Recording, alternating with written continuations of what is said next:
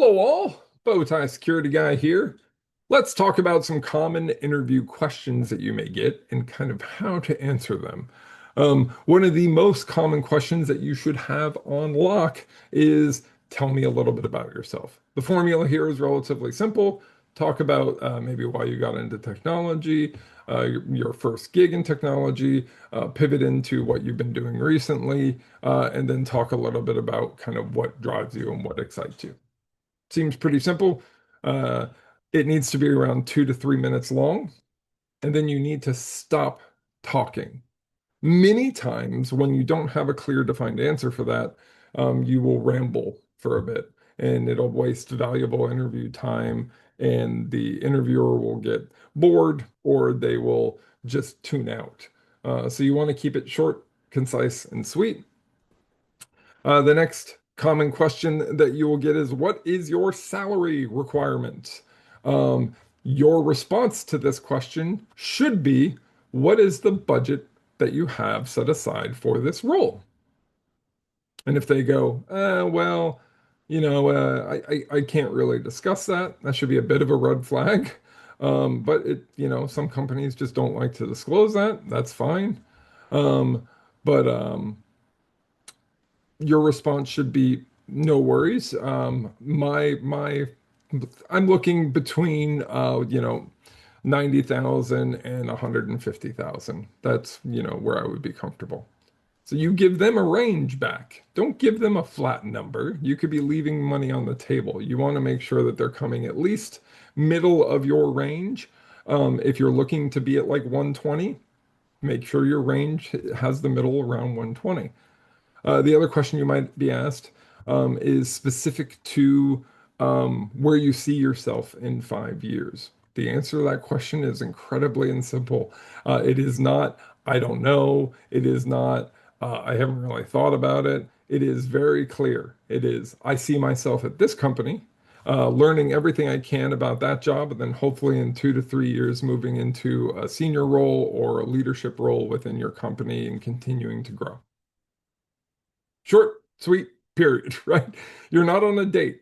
This isn't your opportunity to, just go off on where you want to be and talk about your aspirations and anything else. Just keep it short, sweet, and simple, back and forth conversation.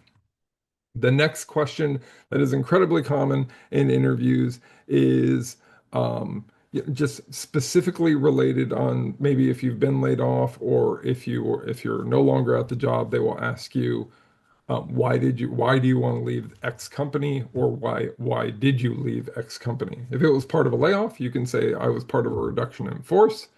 And I'm, interviewing at multiple places right now. I'm looking for the best opportunity to see myself grow. And this is a great opportunity for me. The reason you want to mention that you're interviewing at other places is because you want them to think that you're a commodity, something that they need to like snag immediately. What you don't want to say is, well, it's been like months. The job market just sucks. I've applied for multiple jobs. I'm just happy to have an interview. That's not where you want to be. You don't want the employer to think that like you're desperate. You want them to think that, hey, they better snatch you up quick or you're going to get snagged.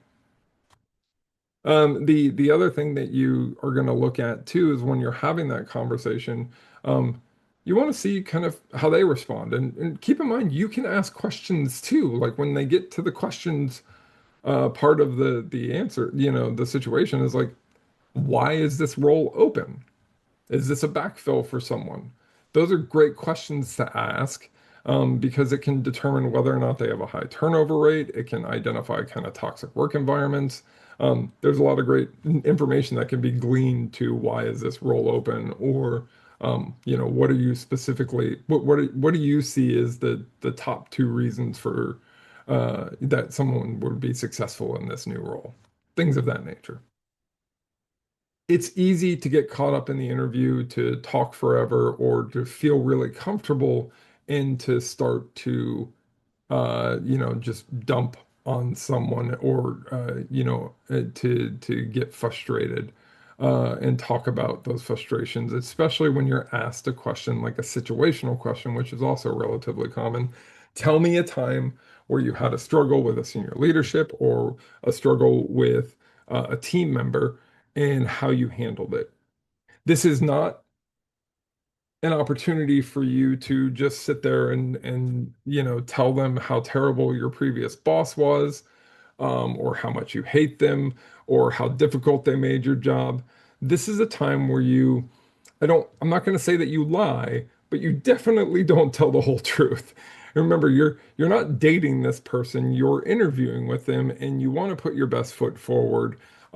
So if your environment was incredibly toxic, don't say like, "Oh, I had a super toxic leader. This leader constantly was down on me." Instead, say, I had a leader who was very particular about how they wanted things done, and at the speed they wanted them done. Sometimes those things didn't match what was actually capable.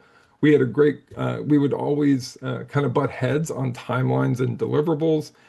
What I learned is being able to explain myself and to calmly kind of break down why it couldn't be done in that time frame was something that was very helpful to this individual, and we were able to work past those things. What you don't want to say is, this guy didn't know anything and he constantly told the technical teams, agreed to crazy deadlines, which none of us could hit because we're human. We don't work, 24/7 because that's ridiculous. They wouldn't even talk to us. They would just, make things up and then we would have to figure out how to do it. And we would argue all the time. Said the same thing, but the previous answer was much more professional and it made it sound a lot better and made me sound like a lot less of a complainer.